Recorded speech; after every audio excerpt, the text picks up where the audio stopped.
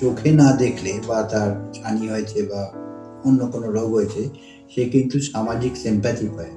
কিন্তু যে কানে কম শোনে তাকে লোকে বলে কানে কালা, কিছু শুনতে পায় না। সুতরাং psychologically patient is doomed. Generally মানুষ কানে কম শোনে দুটি কারণে। একটা কারণ হলো কানের পর্দা বা পর্দার পেছনে যে হাড়গুলো আছে সেগুলোর কোনো ক্ষয় বা গ্যাপ, তার জন্যে।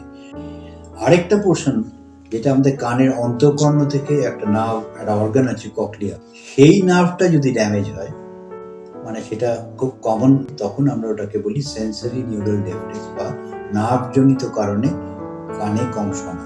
এবার tinnitus is the earliest sign of sensory neural deafness. এটার ফুল প্রুফ চিকিৎসা নেই।